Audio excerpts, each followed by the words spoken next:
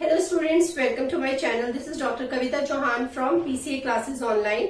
Today I am going to continue with the chapter Challenges of Nation Building for Class 12 Political Science. I have already uploaded 2 parts related to this chapter in which I discussed about the challenges faced at the time of independence, process of partition, two-nation theory and integration of princely states into Indian Union.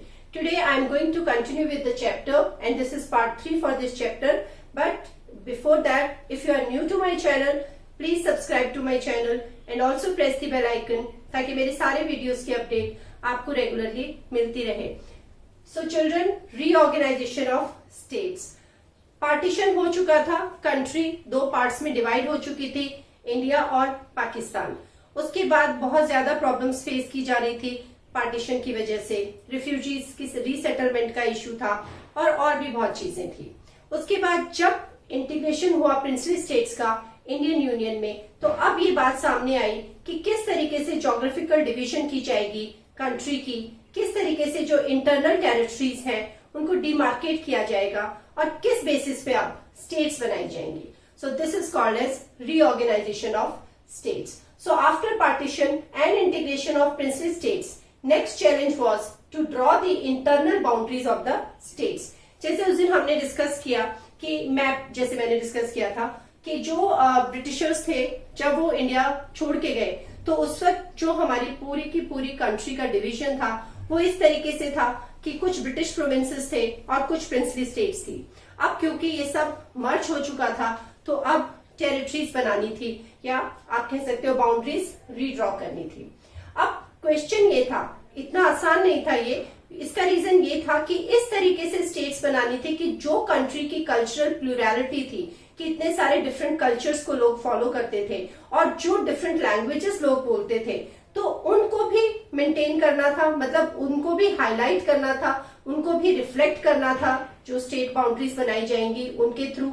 और उसके साथ साथ ये भी ध्यान रखना था कि इस डिवीजन की वजह से देश के टुकड़े ना हो. सो डिसइंटीग्रेशन को भी अवॉइड करना था, लेकिन उसके साथ साथ इस कल्चरल प्लूरैलिटी को और लिंग्विस्टिक डाइवर्सिटी को अकोमोडेट भी करना था. So this was a problem, क्योंकि जब ब्रिटिशर्स गए थे, so under British rule how was it divided. Under British rule जो डिवीजन था, it was purely on administrative convenience. Britishers ने क्या किया था कि जो टेरिटरीज उन्होंने अनेक्स की थी तो उनपे डायरेक्टली ब्रिटिशर्स का रूल था, जो ब्रिटिश गवर्नमेंट का रूल था. तो इस तरीके से उन्होंने टेरिटरीज डिमार्केट की हुई थी.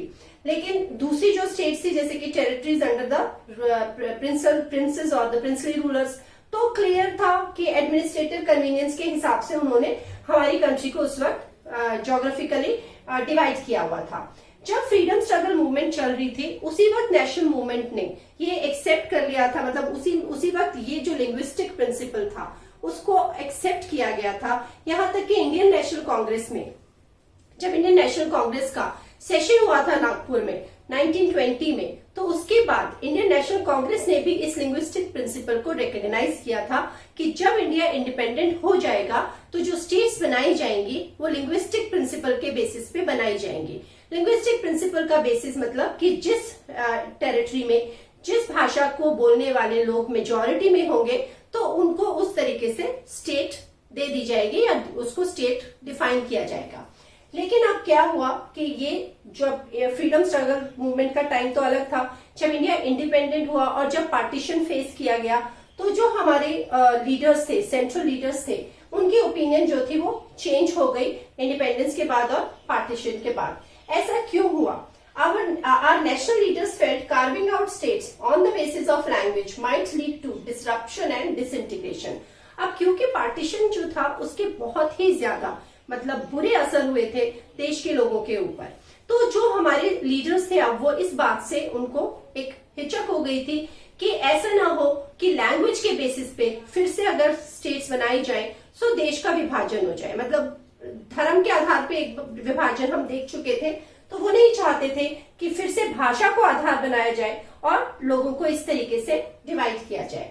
The central leadership decided to postpone this matter. तो अब सेंट्रल लीडरशिप ने इंडिपेंडेंस के बाद मतलब उन्होंने सोचा कि इस मैटर को कुछ टाइम के लिए पोस्टपोन कर देते हैं.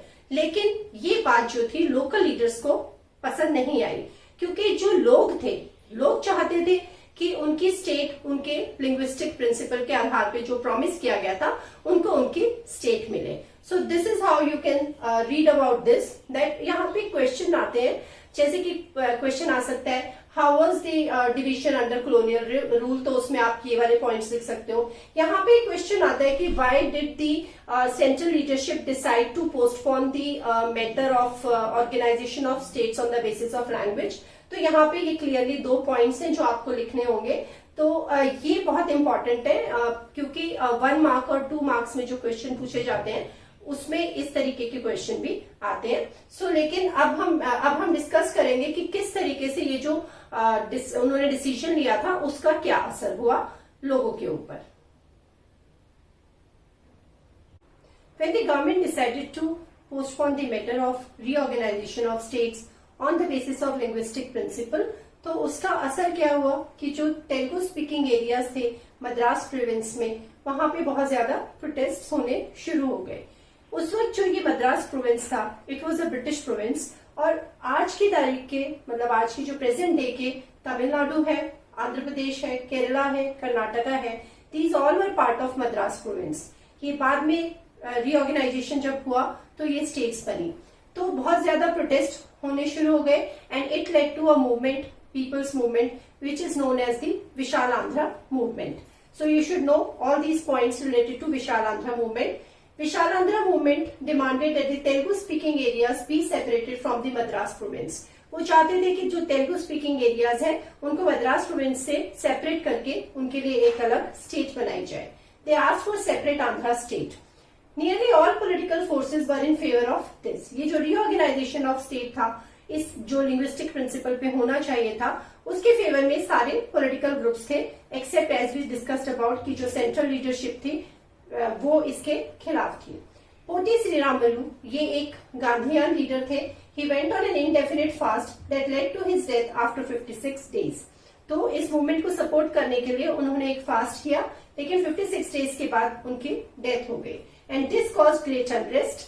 People in large number took to streets. लोग अपने घरों से निकल आए और बढ़ चढ़ के इस मूवमेंट में हिस्सा लेने लगे. मैनी वर इंजर्ड और किल्ड. बहुत लोग इसमें इंजर्ड भी हुए और बहुत लोग जो थे वो मारे भी गए. And then finally the prime minister announce the formation of separate Andhra state in December 1952. तो उसके बाद प्राइम मिनिस्टर को भी ये लेना पड़ा स्टेप और 1952 में आंध्र प्रदेश को क्रिएट किया गया.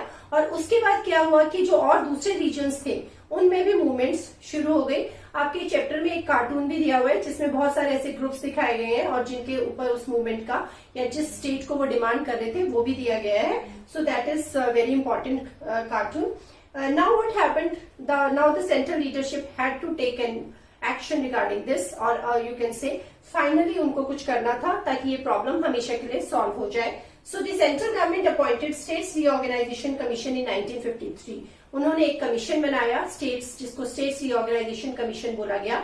और इस स्टेट्स रीऑर्गेनाइजेशन का काम था to look into the question of redrawing boundaries of states. उनको अब इसको पूरा जो सिचुएशन थी उसको असेस करना था और इस क्वेश्चन के बारे में पूरा सब उनको मतलब उनको इस चीज को देखना था कि किस तरीके से redrawing of states would be done.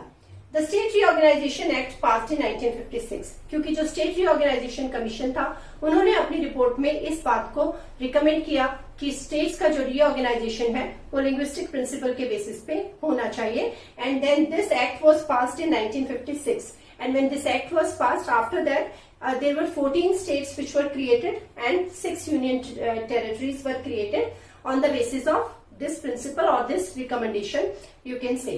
मैंने यहाँ पे एक मैप बनाया हुआ है. ये जो मैप है वैसे बहुत क्लियरली मतलब मैंने फिजिकल मैप यूज किया है ताकि ऐसा ना हो कि मैं कोई बाउंड्री गलत शो कर दूं.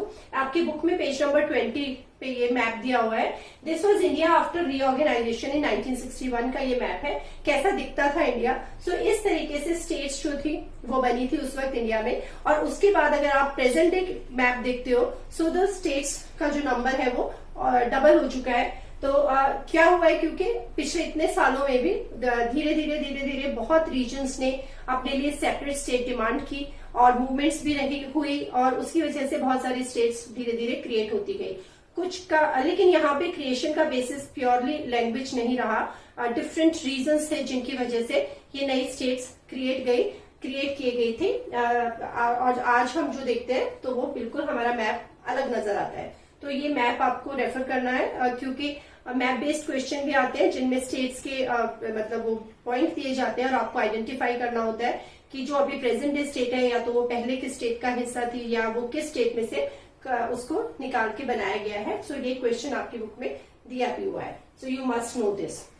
सो चिल्ड्रन, लास्ट में मैं यही बोलना चाहूंगी कि ये जो मूवमेंट्स हुई थी या ये पूरा जो लिंग्विस्टिक प्रिंसिपल के बेसिस पे क्रिएशन किया गया स्टेट्स का, तो जैसा डर था सेंट्रल लीडरशिप के मन में कि ये डिसइंटीग्रेशन कॉज करेगा, लेकिन ऐसा नहीं हुआ। इसका ऑपोजिट हुआ कि जो कल्चरल प्लूरैलिटी थी वो मेंटेन हुई और एक तरीके से it help in strengthening the unity of the country. So this is all about this chapter, challenges of nation building, and I hope you enjoyed the class. Stay tuned for my next video for chapter 2. Thank you so much.